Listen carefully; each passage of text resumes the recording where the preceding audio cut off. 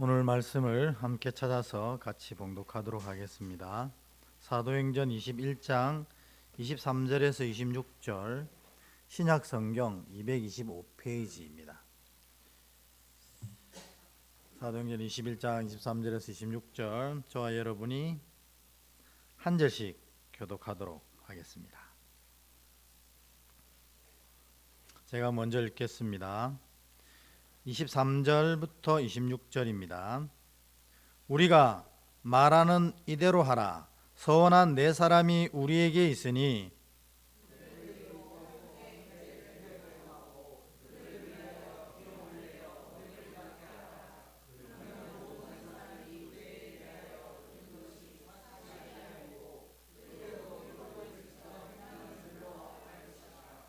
주를 믿는 이방인에게는 우리가 우상의 제물과 피와 목매어 죽인 것과 음행을 피할 것을 결의하고 편지하였느니라 하니,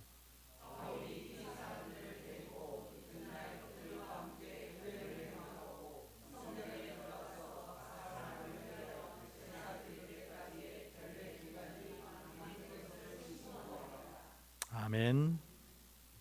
옆뒤로 먼저 좀 인사하겠습니다. 네, 늘 건강하십시오. 우리 앞뒤로 인사할게요. 시작. 네. 우리 믿음의 자녀들의 소원은 우리 장로님도 간절하게 기도하셨겠지만 하늘 복을 풍성히 받는 거 아니겠습니까? 그죠? 우리 신앙생활 하면서 하늘 복을 누리지 못하고 사는 것만큼 억울하고 불쌍한 것이 어디 있겠습니까? 바울은 만일 우리가 그렇다면 세상에서 제일 불쌍한 자다, 이렇게 바울도 얘기하고 있지 않습니까? 그래서 우리가 하늘 복을 이렇게 받고 하나님의 풍성한 은혜를 누리며 삶을 살기를 원하는데, 그러려면 줄을 잘 서야 합니다. 그렇지 않습니까? 여러분, 짜장면 먹고 싶으면 어느 줄을 서야 됩니까? 짜장면 주는 설에 서야 됩니다. 그죠? 또 고기가 먹고 싶으면 고기를 구워서 주는 줄에 서야 됩니다. 마찬가지로 이렇게 간단한 진리인데도 세상의 일들은 우리가 이렇게 잘 아는데 하늘 진리와 법칙은 왜 그렇게 모르는 척 하는지 모르겠어요. 여러분, 오늘 우리가 이 바울 얘기를 계속 하는데, 바울이 정말 하나님께 진짜 충성스러운 자였잖아요.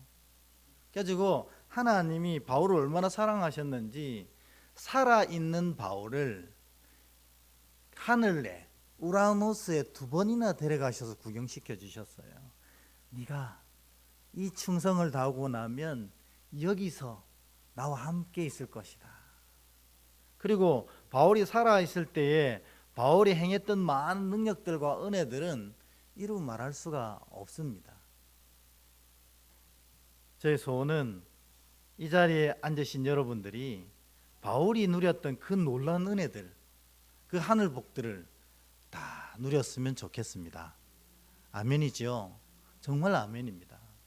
그러면 어느 줄에 서야 됩니까? 바울의 줄에 서야 된다는 거예요. 이 말은 이 말이 너무 가볍게 들리겠지만 조금 우리 진중하게 표현하면 바울이 갔던 길을 가야 된다는 겁니다. 바울이 갔던 길을 갈 때에 바울이 받았던 은혜를 누리게 되거든요. 오늘 그래야 이 설교가 의미가 있습니다. 우리는 보통 바울이 그랬구나, 참 대단하구나, 여기에 멈춘다는 거죠. 그러면 설교는 아무런 의미가 없습니다. 말씀도 아무런 의미가 없어요. 내가 그 줄에 서야 합니다. 그리고 그를 따라갈 때 이 바울이 누렸던 그 놀랍고 벅찬 은혜를 우리도 함께 누리게 되는 겁니다. 모쪼록 오늘 말씀을 통해서도 바울이 얼마나 진짜 하나님 보시기에 아름답고 귀한 삶을 살았는지를 배우게 될 텐데, 여러분, 그랬구나, 이렇게 멈추지 마시고 그 바울 뒤에 바짝 서셔서 바울이 받았던 은혜들을 여러분들이 다 받기를 주의 이름으로 진심으로 축원합니다. 아멘. 정말 그렇습니다. 오늘 바울이 드디어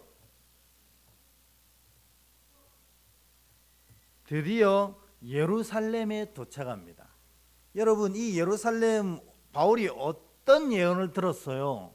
너가 예루살렘에 가면 결박당하고 환난과 핍박을 당한 후에 로마에 끌려가게 되고 로마에서 죽게 될 것이다. 성령이 이 음성을 몇 번이나 들려주셨어요. 우리가 이때까지 이 사도행전을 쭉 읽어보면 바울에게 직접, 바울이 같은 지역에 있는 모든 제자들을 통해서 또 계속해서 얘기하시거든요. 그러니까 쉽게 얘기하면 너 이제 예루살렘 들어가면 죽게 될 거라는 겁니다. 그냥 두는 게 아니고 환난과 핍박을 당한 후에 결박당하여 로마로 끌려가 로마에서 죽게 될 거다. 근데 바울이 그 얘기를 듣고도 전혀 흔들리지 않고 예루살렘으로 직행합니다. 왜 직행했을까요? 하나님이 원하시는 것이기 때문에. 이것 통해서 하나님의 영광이 드러날 수 있기에 바울이 직행한 겁니다. 진짜로 바울이 바울다웠던 선택 아니었습니까? 여러분, 우리가 진짜 바울의 은혜를 누린다면 말씀에 대한 이런 태도만 있으면 됩니다. 주께서 말씀하셨을 때 그게 주님의 말씀이기에 내 생각과는 안 맞고 내 이익도 굉장히 손해를 본다 하더라도 주님이 말씀하셨기에 그것을 행하려는 마음이 있을 때, 그리고 그 애씀이 있을 때 하나님은 우리도 바울처럼 여기셔서 바울의 그 큰 은혜를 허락하시는 겁니다. 그러니까 여러분 귀에 들리는 하나님의 음성이 하나님의 음성으로 들려지시면 이것도 복이거든요. 사람의 소리로 들리면 어쩔 수 없지만 하나님의 음성으로 들리시면 오늘 그 음성을 쫓아가시길 축복합니다. 그러면 그 음성을 이루시는 하나님께서 그 이루심의 복의 열매를 우리가 먹게 하시는 겁니다. 그러려고 음성을 들려주시는 거거든요. 그러니까 여러분 귀가 좋아야 믿음이 좋아집니다. 근데 듣지를 않는 백성들이 너무 많다는 겁니다. 듣지를 않는 백성들이. 귀로는 다 듣죠. 여기로 왔다가 여기로 쫙 나가버린다는 거죠. 이것이 우리의 마음과 영혼에 담겨져서 우리의 삶을 이끌어가게 해야 되는데 그렇지 못하다 하는 겁니다. 그런 의미에서 참 바울의 신앙이 부럽습니다. 바울은 가는 겁니다. 주님이 말씀하셨기 때문에 가는 겁니다. 오늘 17절부터 19절까지 먼저 어떤 일이 있었는지 한번 읽어보고 오늘 얘기를 또 이어서 하겠습니다. 17절에서 19절 같이 읽습니다. 시작. 예루살렘에 이르니 형제들이 우리를 기꺼이 영접하거늘 그 이튿날 바울이 우리와 함께 야고보에게로 들어가니 장로들도 다 있더라. 바울이 문안하고 하나님이 자기의 사역으로 말미암아 이방 가운데서 하신 일을 낱낱이 말하니 아멘. 이처럼 바울이 예루살렘 가면 결박당하고 환난당하고 묶여 로마로 가 죽임을 당하게 된다는 예언이 있었지만 실제로 바울이 예루살렘에 갈 수밖에 없는 이유가 있었습니다. 실제적으로 오늘 본문을 보면 바울이 예루살렘 온 목적은 이방 가운데 역사하시는 하나님의 은혜를 전하고 있어요. 하나님이 우리 유대인들 뿐만 아니라 이방인에게도 복음을 전하셔서 이방인에게 성령이 충만케 하셔서 이방의 교회들이 얼마나 아름답게 성장했는지 그리고 그들의 믿음이 어떠한지를 예루살렘 교회에 전함으로 너희의 믿음이 헛되지 않다, 너희의 기도가 헛되지 않다는 걸 알려주고 있습니다.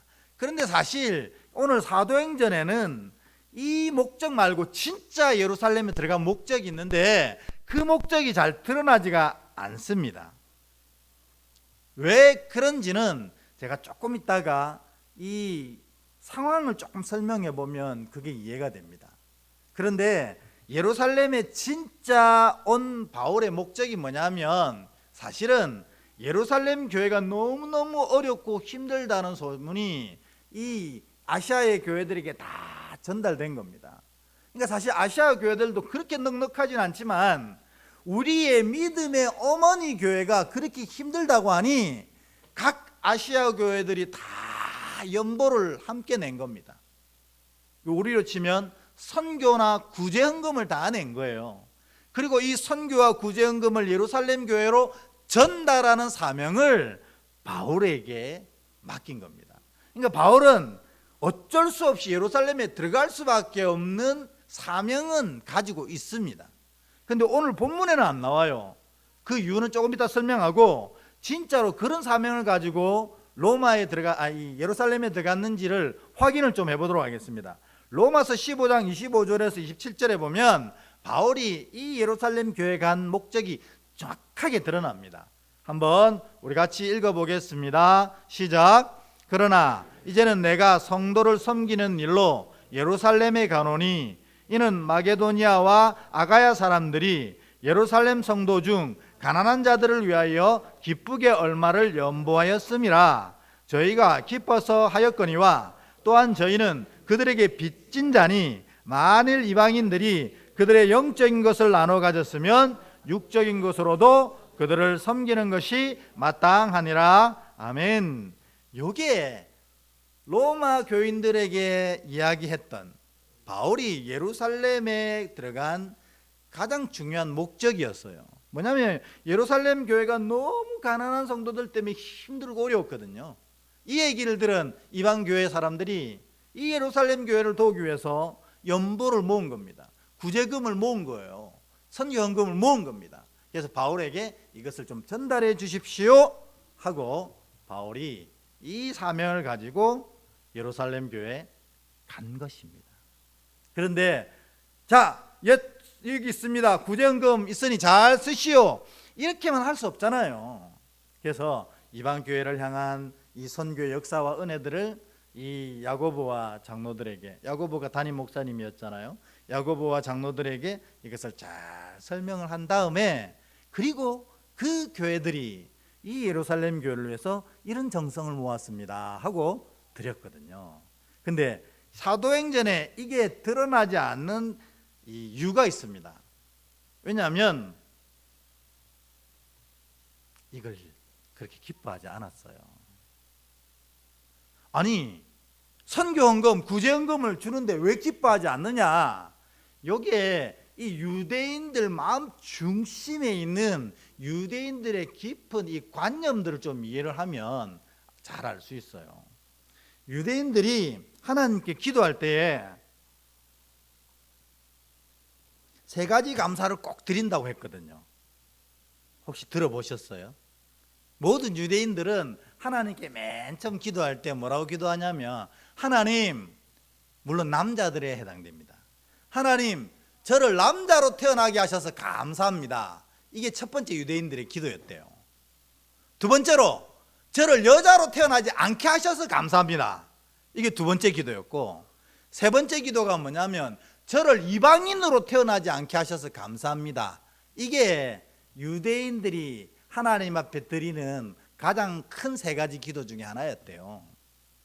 그러니까 유대인들은 자기가 하나님의 택한 백성이라는 이 선민의식이 강력했고, 특별히 그 선민들 중에 남자로 태어나서 하나님의 은혜와 축복을 전하는 축복의 통로가 되었다는 사실을 매우 큰 자부심으로 생각했어요. 그래서 유대인들은 남자 유대인, 그것이 교회로 이어져서 남자 그리스도인인 것을 굉장히 이 자부심을 가지고 살았습니다. 그래가지고 여자가 안 된 거, 이방인 안 된 걸 아직도 감사하는 그리스도인들이 많았어요. 근데 오늘 이 헌금이 누구로부터 온 거예요? 이방인들로부터 온 거예요. 그러니까 이게 정말 자존심이 너무너무 상하는 겁니다. 아무리 예루살렘 교회가 어렵고 힘들어도 이들은 예수를 믿어도 아직까지 뼛속까지 유대인이잖아요. 그러니까 이방인들이 우리가 불쌍해서 이렇게 생각하는 거죠. 그렇게 생각하면 안 되는데, 그리스도 예수 안에서 한 형제이기 때문에 도우는 거잖아요. 우리 누나가 아픈데 그냥 있겠어요? 우리 동생이 아픈데 그냥 있겠어요? 이제 우리 처제가 결혼을 할 때 저희 어머니가 처제한테 했던 얘기가 있어요. 제가 그 얘기를 듣고 좀 고맙기도 하고 마음도 좀 이상하기도 했는데, 저희 처제가 결혼을 할 때 제가 축의금을 줬는데 얼마를 줬을까요? 제가 그때도 부목사였기 때문에 뭐 형편이 어려웠거든요. 근데 제가 축의금을 200만 원을 줬어요. 그때 당시에. 저한테는 상당히 큰 돈입니다.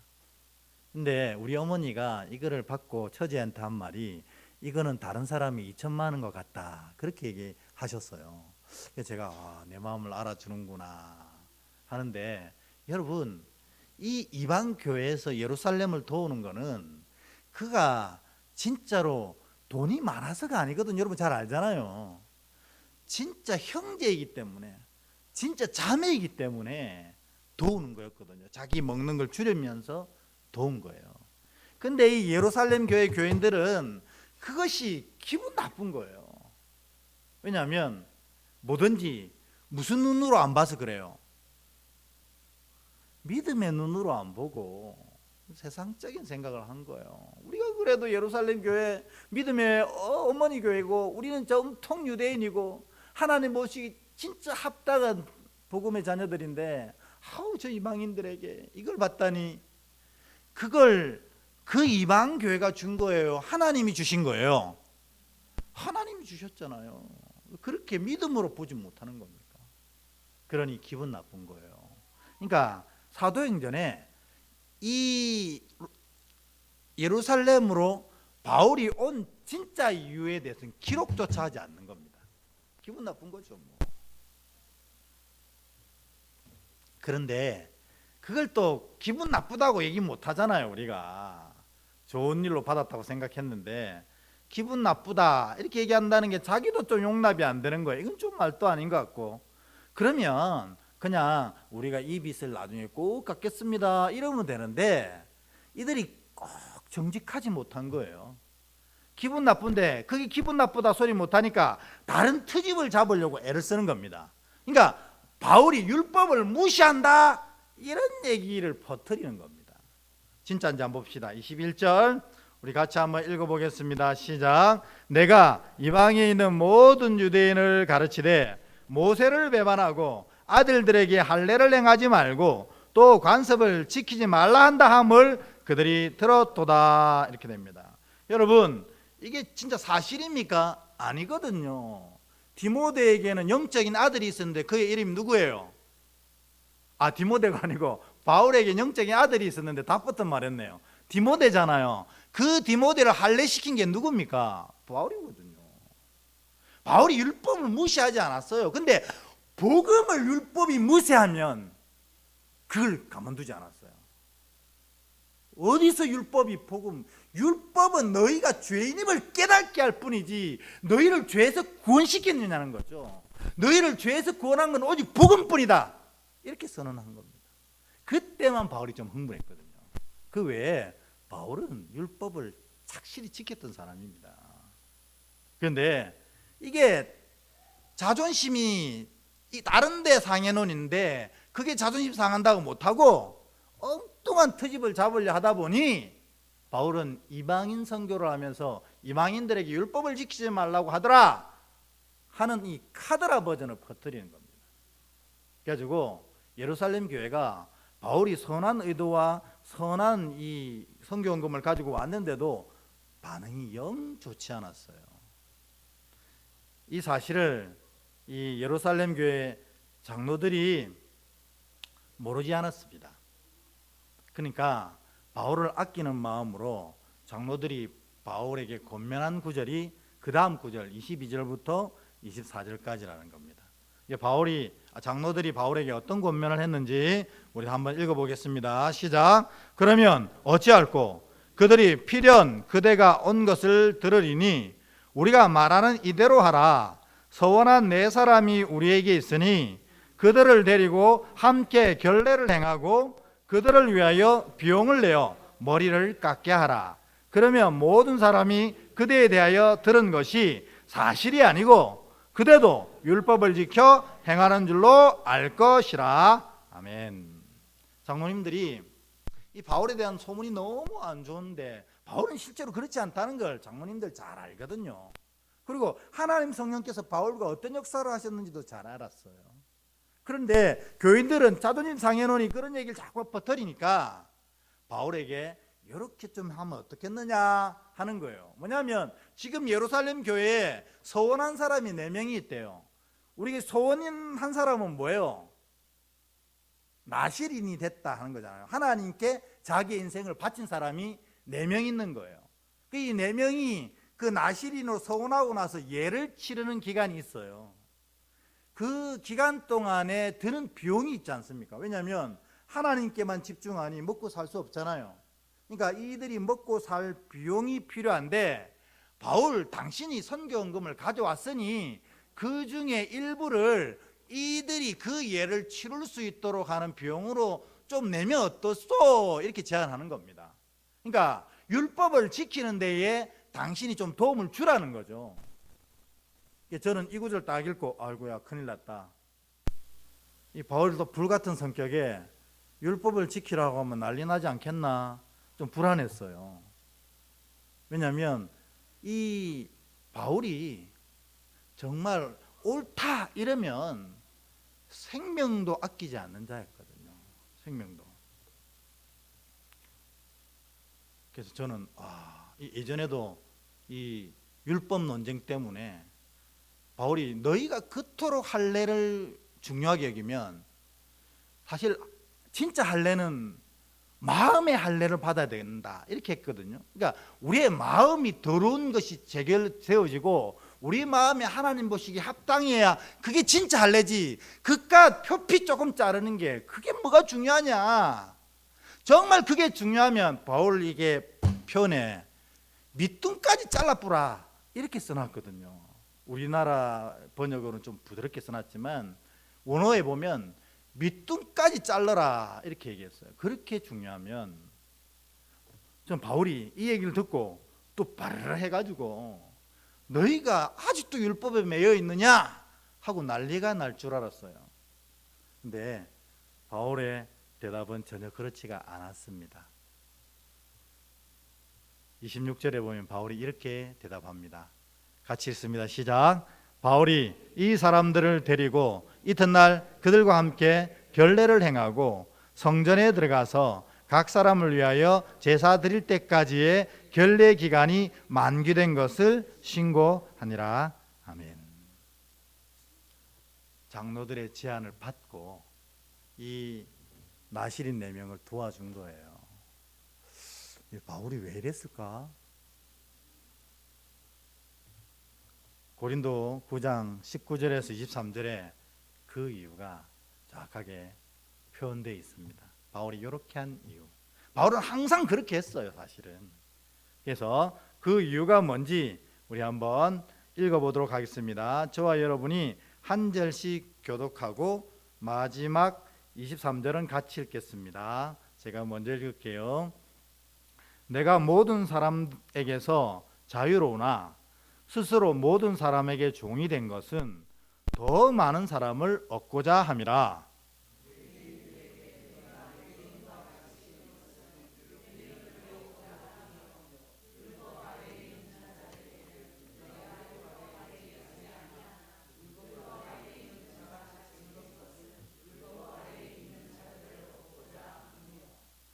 율법 없는 자에게는 내가 하나님께서 율법 없는 자가 아니요 도리어 그리스도 율법 아래에 있는 자이나 율법 없는 자 같이 된 것은 율법 없는 자들을 얻고자 함이라.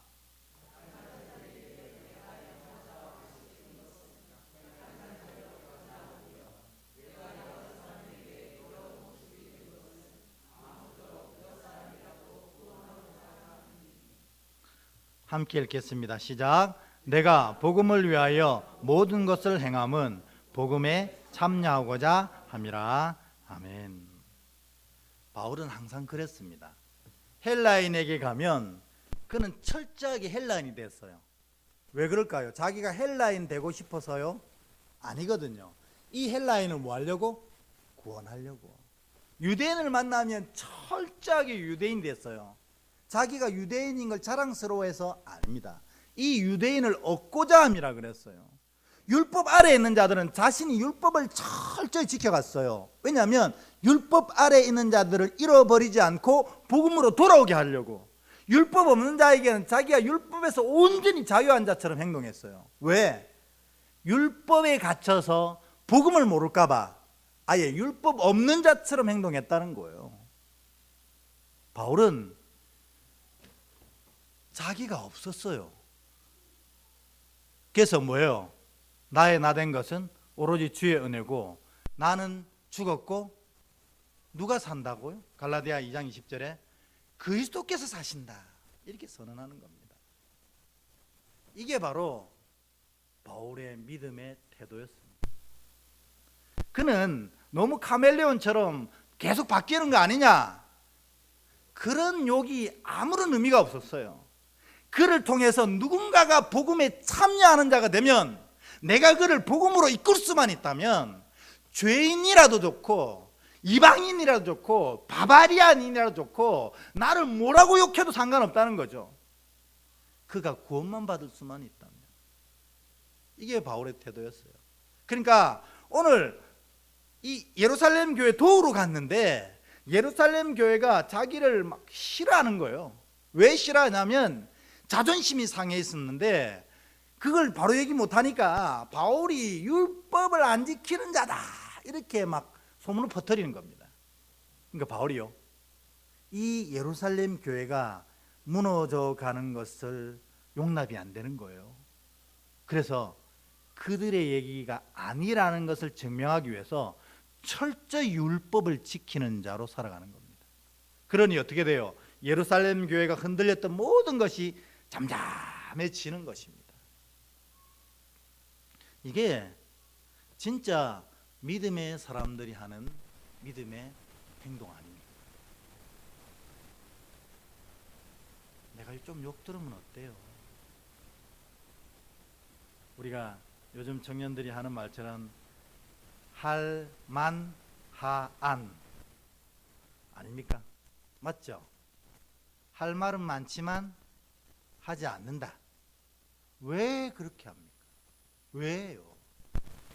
예수의 복음이 혹시 가려질까 봐 나 때문에 내가 하고 싶은 말 다 쏟아냈다가 그 쏟아낸 것 때문에 시험 들어서 예수를 믿지 않는 사람들이 생길까 봐, 예수 앞에 나오지 못하는 일이 발생할까 봐 안 하는 거예요. 그러니까 어떻게 보면 진짜 복음을 가진 사람들은 이랬다 저랬다 하는 사람처럼 보일 수 있어요. 그리고 보면 자기 얘기 똑바로 못하는 사람처럼 보일 수 있어요. 안 그렇습니다. 옳고 그른 것이 무엇인지 다 압니다. 그리고 이 시점에는 어떤 얘기를 해야 바른지 압니다. 그러나 이게 바르면 뭐예요? 이 사람이 복음을 잃어버리고 이 사람이 믿음을 잃어버리고 이 사람이 이 말 때문에 신앙생활을 저버린다면 이 옳은 게 무슨 의미가 있어요? 그거를 아는 게 믿음이라는 겁니다. 그거를 세워가는 게 믿음의 삶입니다. 오늘 적어도 수요 예배, 수요 성령 집회에 오시는 분 정도 되면 사실 우리 교회는 영적인 리더격들입니다. 그러죠? 여러분 다 영적인 리더들이에요. 그러니까 여러분들 오늘 이 바울의 이 태도를 우리가 정말 본받아야 됩니다. 정말 본받아야 돼요. 우리가 다 옳고 그름을 알아요. 무엇이 진짜로 좋은 것인지도 알아요. 그러나 그때 분별력을 가져야 된다는 겁니다. 그래서 우리가 전에도 말씀드렸고 성경 공부에서는 지금 계속해서 반복하고 있는 내용이지만 이 분별의 기준이 분명해야 된다는 겁니다. 첫 번째 뭐예요? 하나님 말씀이 기준이면 됩니다. 하나님 말씀 기준. 판단하고 평가할 때 우리가 뭘로 평가하고 판단하겠어요? 하나님 말씀대로인지. 그러면 끝납니다. 왜냐하면 말씀대로면 말씀이 그 역사를 이끌어 가시거든요. 고민할 거 없어요. 말씀대로만 하면 됩니다. 그러니까 내가 교회의 지도자로 섰을 때 이래야 될지 저래야 될지 고민스러우면 사실 고민할 거 없어요. 하나님 말씀이 뭐라고 하시는지 보고 그대로 하면 하나님 말씀이 이루어집니다. 그러니까 말씀이 1번 기준입니다. 그리고 두 번째가 뭐냐면 이렇게 해가지고 하나님의 영광이 드러나느냐 하는 겁니다. 여러분, 하나님 우리 보고 하나님의 의를 드러내라, 옳음을 드러내라 이렇게 안 했어요. 우리는 의롭지도 않고 드러낼 수도 없습니다. 그 일을 통해서 하나님의 영광이 드러나면 됩니다. 그러니까 하나님의 이름이 드러나고 하나님의 뜻이 이루어지면, 그래서 모두가 하나님을 바라볼 수만 있으면 내가 좀 무너지고 내가 좀 손해보고 내가 좀 줏대없고 지저없는 사람이 되면 어때요? 하나님 영광이 드러나는데. 세 번째로는 교회의 덕이 이루어져야 합니다. 여러분, 옳고 그름이 뭐에 중요합니까? 아이고, 옳고 그름 중요하지요. 진짜 옳음은 교회가 아름답게 세워지는 겁니다. 그러니까 교회 덕이 되느냐 안 되느냐, 이것이 중요하다는 거예요. 바울이 이토록 애쓴 건 뭐냐면 이로 말미암아 그 영혼을 구원하려고 하는 거라는 겁니다.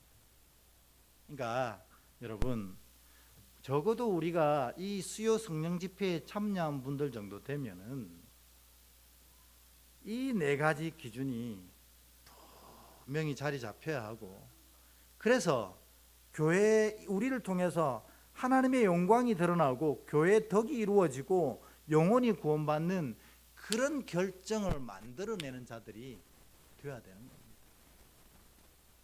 내가 안 드러나면 어떻습니까? 내가 좀 무시당하면 또 어떻습니까? 줏대 없다고 또 손가락질 당하면 또 어떻습니까? 하나님 뜻이 이루어진다면 얼마든지 할 수 있지 않습니까? 이게 바로 바울의 신앙인 겁니다. 이렇게 여러분이 이 줄을 설 때 바울의 은혜를 누리는 자들이 되는 겁니다.